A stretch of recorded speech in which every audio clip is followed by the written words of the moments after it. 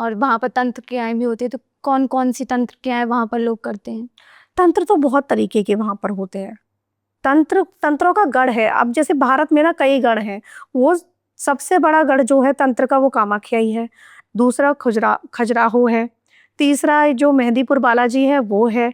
वहाँ आपने देखा होगा भूत वगैरह सब भाग जाते हैं वहाँ। तो इस तरीके से 3-4 गढ़ मुख्य गढ़ हैं भारत में जो तंत्र के गढ़ हैं और सारी तांत्रिक क्रियाएँ वहाँ होती हैं। तो माँ कामाख्या इसलिए तंत्रों का गढ़ कहा गया है कि 10 महाविद्या साधक हैं, वो वहाँ ज़रूर जाएँगे।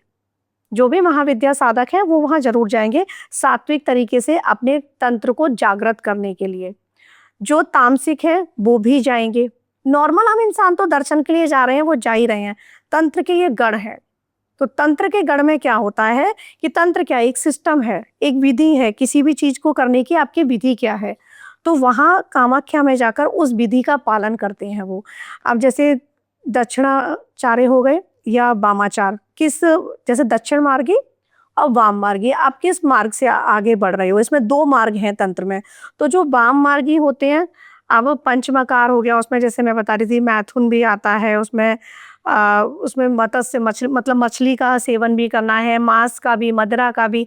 तो होता है ना, जो मैं तामसिक बता रही थी कि वो पीते भी हैं, खाते भी हैं, मलमूत्र भी लगाते हैं। तो वो इस तरह की क्रियाएँ हो गईं। दक्षिण मार्गी जो हो गए वो सात्विक साधक, सीधे हाथ की पूजा, बाएँ हाथ की पूजा, इस तरीके से तंत्र में बताई गई है। तो वो दोनों का गढ़ है, दोनों तरह के साधक वहाँ जाते हैं। अब शिव जी ने तो ये भी नहीं बताया था कि मांस खाना है, मदिरा पीनी है, शिव जी ने तंत्र में कहीं नहीं बताया है। उन्होंने इसकी भी अलग-अलग बताई है कि अब जो कुंडलिनी है, मूलाधार से शक्ति गई सहस्त्रार तक, तो वहाँ मैथुन के लिए क्या बताया? यहाँ लोगों ने क्या करा कि शव के साथ भी क्रियाएँ कर रहे हैं वो। जैसे मैंने आपको बताया सेक्सुअल, वहाँ बताया मूलाधार से शक्ति गई सहस्त्रार और हो गया मिलन। तो उन्होंने मैथुन इसको बताया। तो चीज़ें शिव जी ने तो अलग बताई, लेकिन हम लोगों ने धीरे-धीरे अपने तरीके से उसको अलग कर दिया। मदिरा, काल भैरव मदिरा पीते हैं उज्जैन में, वो एक अलग विषय है, पीते हैं, ठीक है? लेकिन मदिरा कौन चढ़ाए? अब आप भी वहाँ जा रहे हो तो ये है कि मदिरा का आपको प्रसाद लेना भी है, चढ़ाना भी है और स्पेशली जो लोग पीते हैं वो क्या कहते हैं, मदिरा चढ़ाएँगे भी, पिएँगे भी, प्रसाद है।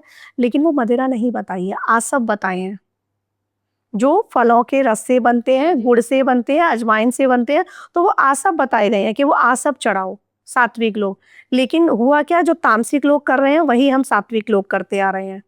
तो इसी तरीके से बताई गई चीज़ें तो बहुत अलग हैं। शिव जी ने जो तंत्र का रूप बताया है, बहुत सुंदर बताया है। माता पार्वती को तंत्र कहाँ से आया? शिव जी से आया। शिव जी ने माता पार्वती को इसका ज्ञान दिया।